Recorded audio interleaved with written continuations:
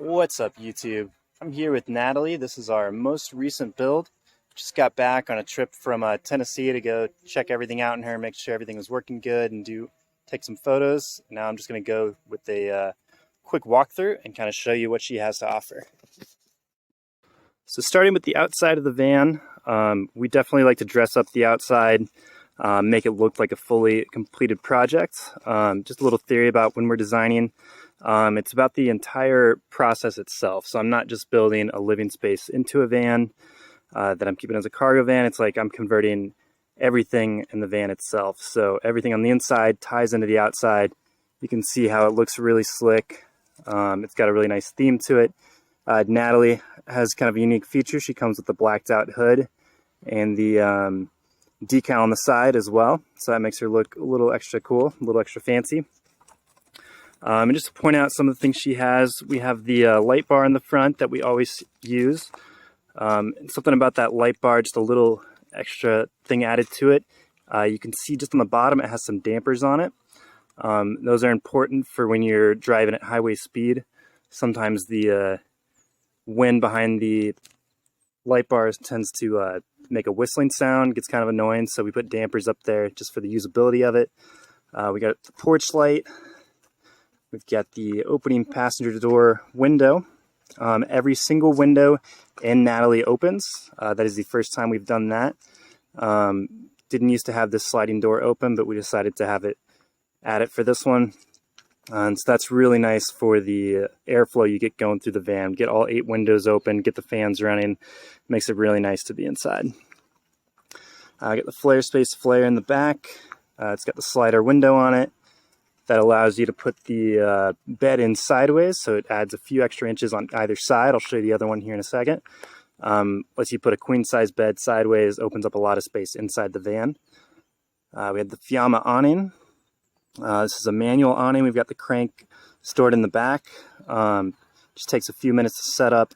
Makes it really nice to incorporate the outside space. You have the sliding door open, have the awning out, and you have this large space out here that you can use. Helps block the sun, helps block a little rain, just makes it really nice. Down here we have the awning mounts. Something that's nice about these, this was a customer request from one of our past customers. We used to do plastic down here. Those are the ones that come with the awning. And they reported that they weren't very durable, so from now on we've been using the aluminum ones. These ones are super tough. They're not going to break on you or anything. Those are going to last forever. Going around the back. Got the 2 windows in the back opening as well, the backup camera and the back porch light, and we've got our access ladder to get to the roof. I'll go ahead and show up there. So on the roof we have the 3 Renogy solar panels. Those are 100 watts each, so for a total of 300 watts. Plenty sufficient enough to keep your batteries topped off. They also charge from the alternator, so when you're driving you get that charge as well. They are flat, flexible panels, so we do that on purpose because they are much lighter weight than the rigid panels, and they are more aerodynamic. So when they fit flat to the roof, it definitely helps with highway sounds and with your miles per gallon. So that's why we do that. And it's also lightweight.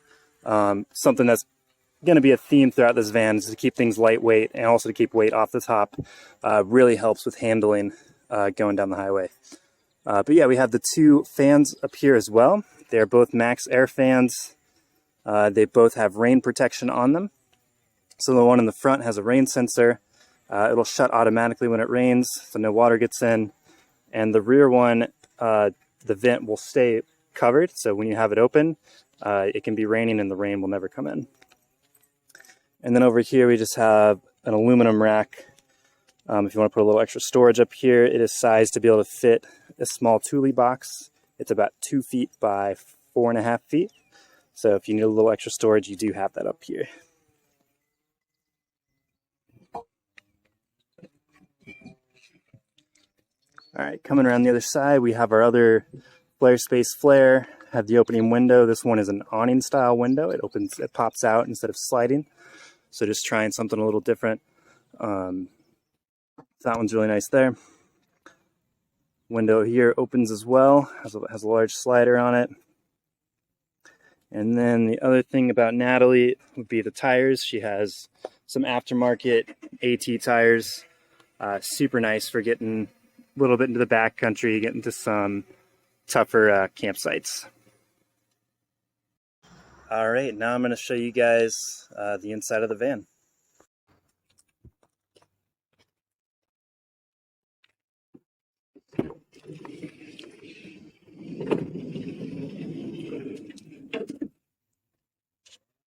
So I'm going to take a step back here and just kind of show you guys the overall feel of entering the inside of the van. The layout and the interior flow of the van was something we really wanted to put a lot of design and a lot of thought into. Wanted to make the space feel very comfortable, didn't want to feel cluttered or claustrophobic. So this is kind of the design we came up with. Notice the orientation, how everything is facing the door. You have the kitchen facing the door, the couch facing the door, all facing the outside space. So you're never have your back turned against the wall or something. It's always a very comforting feel to be in this space. You can go ahead and go inside. And when you're in one of our Raft Tiger vans, you'll notice how open it feels. So just with all the windows and no dividing walls, it really does feel like a large space. You don't feel like you're just being trapped inside somewhere. It definitely did that on purpose. Really wanted to open the space and make it a comforting space that you can spend a lot of time in. And I think it works really well the way that we have all the openings and the flow in the space. All right, so I'm going to just go through some things in here, just kind of talk about our design process, try to stay a little away from just listing off amenities. I've got plenty of lists of amenities, or if somebody's interested, you can email me and ask me what you need to know, but I want to get a little more into depth of just the feel of the space instead of just a list. So let's go ahead and start with the kitchen area. All right, so like I said earlier, the kitchen faces the door, and you can just see by the view we have here, wherever you're going to be parked at, when you're in the kitchen, you are definitely facing in a part of the space that you guys are in. So that makes it really nice. Bases a lot off of just being really convenient. I've noticed when you're on the road, you're cooking, you're doing dishes, whatever, you want to make things really convenient and easy for yourself. So that's what we've done here. We've got our faucet, has the sprayer extension on it, makes it really nice. Got hot and cold water to the faucet. And then down here we have a bunch of large drawers down here, got extra or bunches of storage. And then the microwave has been very popular since we started doing that. Just the convenience that it adds really kind of is a game changer when you're out on the road. And then the fridge underneath. So the fridge pulls out this way. Right there. Have it intentionally by the door so that you can pull it out and use it from the outside or the inside of the van. So you have those options. This is a little different fridge than we've been using. This one is a tiny bit bigger and it has dual sections in it. So you can individually control the temperature on either side. You can have a fridge and a freezer. You can have it all freeze. You can have it all fridge. Just a little more convenient than what we've had in the past. And then it slides back in, and like we've been doing, there is the electronic lock on the back side of it. So as soon as you start the vehicle, it locks itself. It won't come flying open. When you're driving, again, that convenience of just always having it accessible. Anytime the car is parked, it's easily opened. As soon as you start driving, it automatically locks itself, something you don't have to worry about. Going over here to the couch area. So again, the couch faces the door. Very important in our design process. Been a very big fan of having a larger couch, a larger seating area. I find that when you're in a living space, you need to have a space to just relax and lounge. So if this couch is a 3-person couch, this front seat will swivel around. The front passenger seat swivels. You have the table in between. Makes a really nice social space here. We've been doing this thing called Van Bar, where we just have some friends and some customers come over and hang out, serve some drinks in the van. I was able to comfortably fit 8 people in this van. We had 4 people on the couch, 1 in the driver's seat, 1 in the passenger seat, 2 in the bed, and there was a small dog as well. And even with that many people, just with the open layout and all the seating, it really did not feel crowded. Like, we were all in there comfortably together. We could all still access the kitchen area together. It was just a really nice time, and it just kind of showed like how well the space really works. So that's our couch area. It does also double as a guest bed. So you see the panels on the bottom here, those pop out. The back cushion comes down and it creates about a full-size bed. I do have a separate video on that shows how that's done, if somebody does want to see that. Under the couch, this last section here is going to be storage. It connects to the rear storage. I'll show that when we're back there. This center one comes up, and under this panel here is a bunch of electrical devices. So what we have down there, I'll go ahead and open it and show it. Yeah, this comes off so you can access it. And then we have a bunch of our fuses and fuse boxes here. And underneath, kind of towards the back, are the batteries. So we do have 300 amp hours of power in this fan, charged by the solar panels and the alternator as well. Plenty of power to be off grid. It always, of course, varies on the way you're using it. But the way that I like to just estimate for people is that if you are out for like 3 or 4 days off grid, just with normal use and getting absolutely no charge, it should last for that whole time. If you are sitting in a field with full sun, potentially it could go on forever because you're always getting that recharge from the sun. And then when you drive, of course, the alternator's charging it, which tends to be your largest charge that you get. So if you're driving every day or every other day, that should be more than sufficient to keep your charge up. But a lot of safety devices in here, a lot of convenience. I try to make it as full free as I can. If a view like this would confuse somebody, which I figure for most people it does, that's all right. There's a much easier way to read it. I have a panel up here that tells you straight up what you're doing. So we have an 89% charge on our battery right now. That's really good. It tells you if you're using power or not. So that plus means that we are gaining a charge right now. So we're actually getting a little bit of solar charge right now. And then the time right here, we have 32 hours, is just saying that it is 32 hours until the battery is fully charged. So with this small charge we're getting in 32 hours, we'll be at 100%. And then it'll tell you the other way as well. So it'll give you the time counting down to when the battery is dead. So that's just really convenient for, I feel like that makes it kind of foolproof of just telling you when your battery is going to be fully charged and when you're running low on power. It does have an alarm on it. So something else to remind you, if it does get low, it's going to let you know, it's going to have the alarm go off. Just really trying to base it around convenience and usability. Want to make sure that anybody can figure out how this system is working. All right, this other cushion at the very end, this is the composting toilet. So something we've been putting in every one of our vans, and this is something that we custom build. So this is not just like a one that you buy off Amazon and you bolt to the floor. This is actually built piece by piece. Something very important for us to do that. It allows us to fit it under the couch, so it's a few inches shorter than normal, and that lets it fit in its space, which I find really important to get it out of the area instead of having a designated toilet room. Just makes the space so much more livable when you don't have that in the way. But still very accessible. It's just right under the cushion. Real easy to get to, real easy to use. And the other reason we custom build it is because it is virtually maintenance free, or I might say maintenance minimum. So I didn't like the idea of having a toilet with like parts that you have to clean. I feel like that just takes up too much time. It's kind of gross. So this toilet doesn't have any parts that come out that you have to clean. So the way that it works is you basically have a bag system that goes in here for the solid waste. You have the urine diverter for the liquid waste. The urine goes down to a holding tank right here. And that holding tank can be opened or closed. So you can either dump it directly where you're at, or you can hold it closed and dump it when you get to wherever you're going, wherever you want to dump it. And you don't have to, that tank doesn't ever come out, so you don't have to worry about cleaning it or maintaining it or anything. All you got to do is open or close it.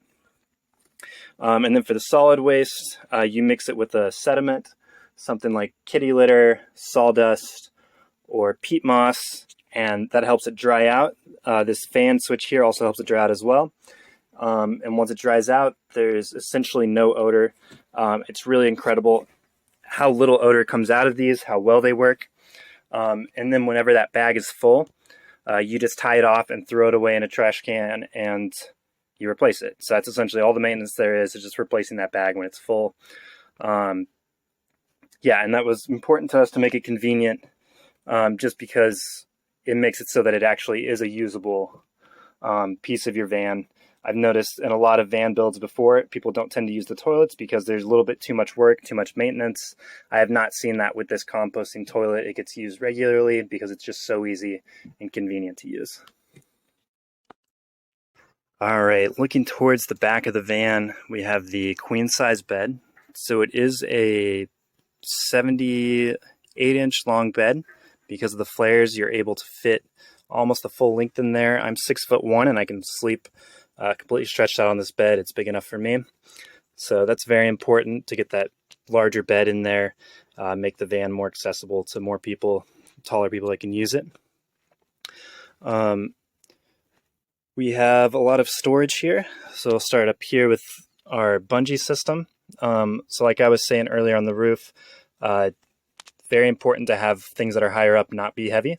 Keep the van from being top heavy, so that's why we have bungee net storage. It's very lightweight, but it lets you still use that space. We have the window covers in it right now. Found that it's been very convenient for storing those. Over on this side, we have the shelving system. So a question we get a lot is, why are there not doors on it? I don't things fall out of it, stuff like that.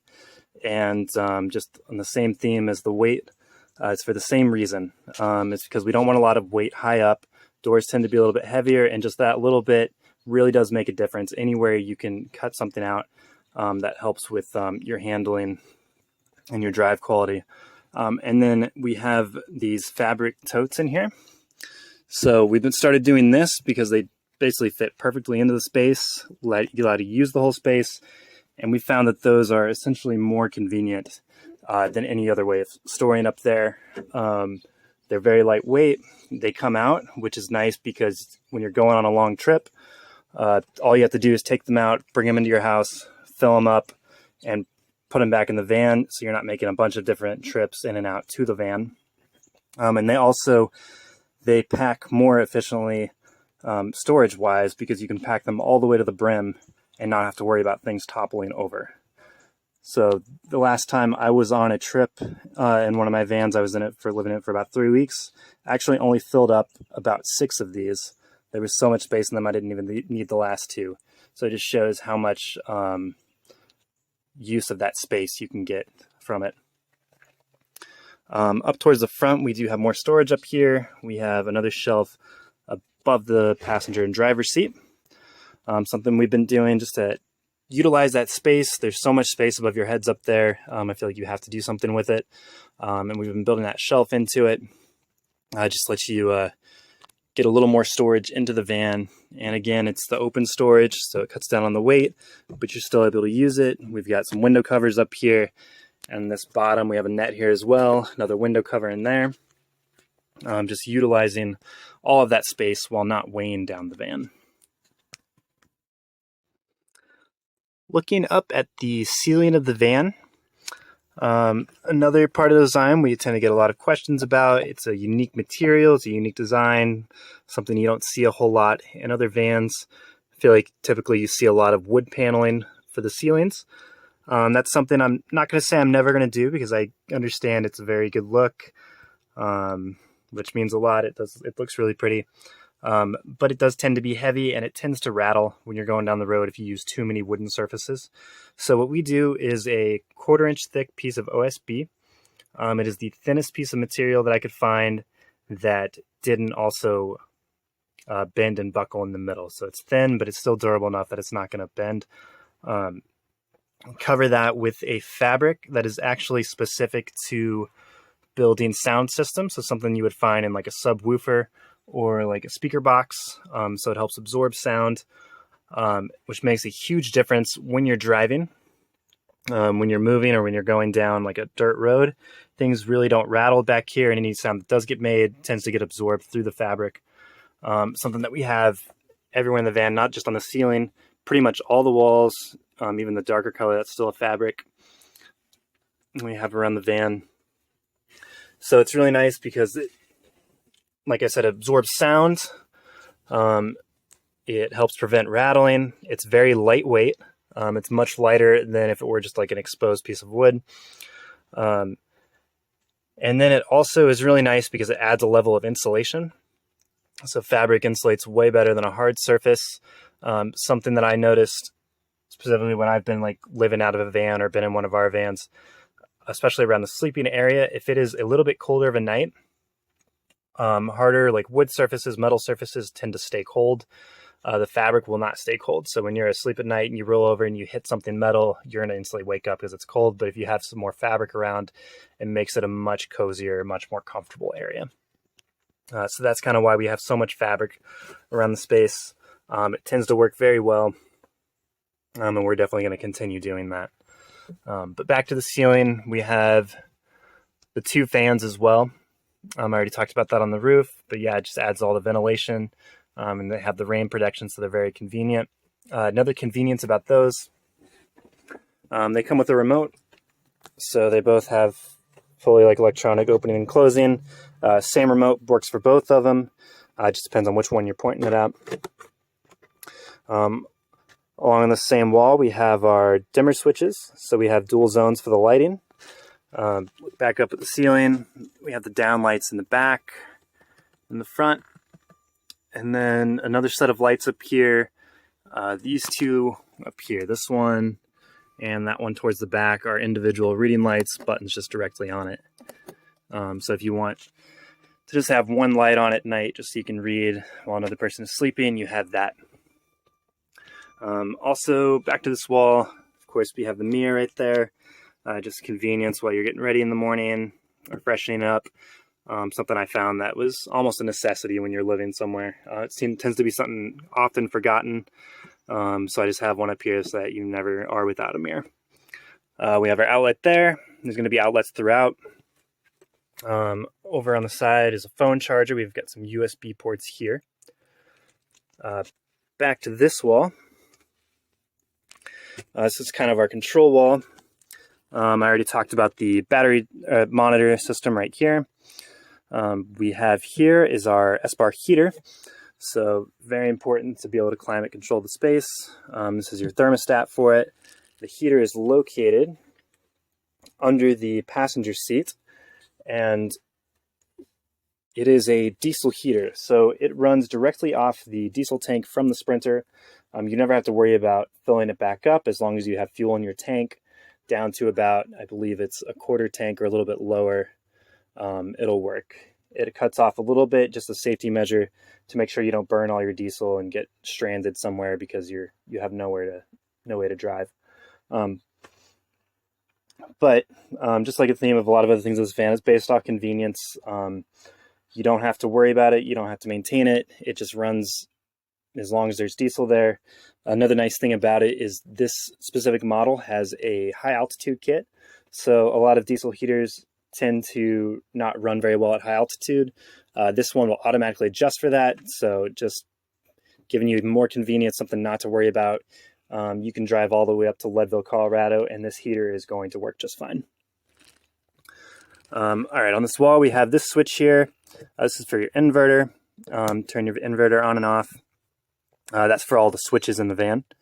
The reason I have a separate switch for it is because inverters tend to draw a little bit of power when they're on and not being used. So it just gives you that little extra convenience to turn it on and off, save a little bit of power. That same inverter is connected to the microwave. So the microwave came on when that's on. Yeah, super convenient. Love the microwave. Use it all the time. All right, going to show you guys this storage space down here. So this is what we like to call the Hobbit door, just this tiny little door going back, giving you access to the rear garage area. Get some convenience lights back here. Bunch of space back here. Have all of our hot water, the hot water heater, the water tanks, the propane right there. We're using it for a little bit of storage. But let's go around to the back, and I'll show you guys from the back.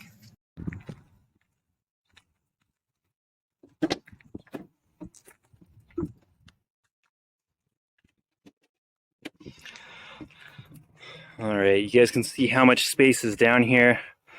I intentionally leave this space very open. Don't like to build a whole lot into it just because I don't know how people are going to use it. It has tended to be bike storage for most of my customers. I've had one customer fit as many as 3 bikes back here. Another customer built a tray into it that they pull out. They put 2 bikes on. That seems to be the most popular use for it. I also leave it open under the couch. You can see how the cubby goes back there. That's about 8 feet in length or so. Like to have that extra space there just in case you have some longer items. Usually thinking skis or snowboards. They can fit in right there. So that gives you that option as well. Over here we have all of our water, our gray water, our fresh water, and our propane tank. So this compartment right here is where the propane tank is. And that tends to be a very large safety concern, something we do a lot of design around. So that compartment is completely sealed off from the living space. It has a hole or a vent in the bottom that goes down outside the bottom of the van, which is where all the any off gases would vent. It makes it safe to drive with, so you can drive with the propane tank completely open and on all the time, and it's safe and legal to do so. We have our freshwater fill up right here. We have our shower right here on the door back here. So we try to keep that shower as convenient as possible. So you can see it's already set up to be used. All you got to do is open the doors. And to add a little privacy, we do have these hooks right here that go across. There's one on the other door. So you have a privacy curtain. And we also have another curtain that goes across here. So this hook, the hook on the other side of the bed, and that one is just to keep all of your gear dry. So that one would hang right on this opening here and keep water from splashing inside of the van, getting to your gear. So as far as everything set up for the water, I wanted it to be very foolproof, basically just like work every time you use it, just like everything else been talked about in the van. The water pump, I didn't show you the switch for it, it's up front though, but that water pump works for everything. So when that's on, it goes to the sink, goes to the shower, goes through the hot water heater, which is inside of that grated area right there. That hot water heater is instant. So as soon as water goes through it, it heats it up, just makes it really convenient. It's also a ventless hot water heater, so it does not need to be vented anywhere outside. It has a sensor on it that anytime it senses that it's been on for too long or that it has burnt up too much oxygen, because it does burn oxygen as it lights the propane, it'll automatically shut itself off. So that is safe to have inside of the van the way that it is vented right now. All the water within the van, all the pipes, all the tanks are mounted internally. That was done intentionally due to freeze protection. So during any colder months when you're out there camping, you don't have to worry about the water system freezing because it is all internally mounted. As long as the inside of the van is up to temperature, you have that S-bar heater running, none of your pipes are going to freeze, something you don't have to worry about.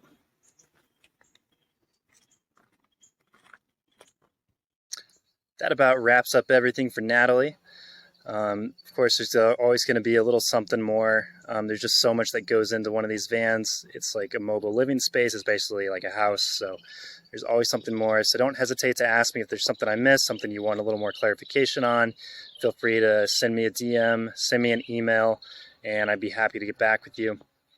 But other than that, like and subscribe and #vanlife.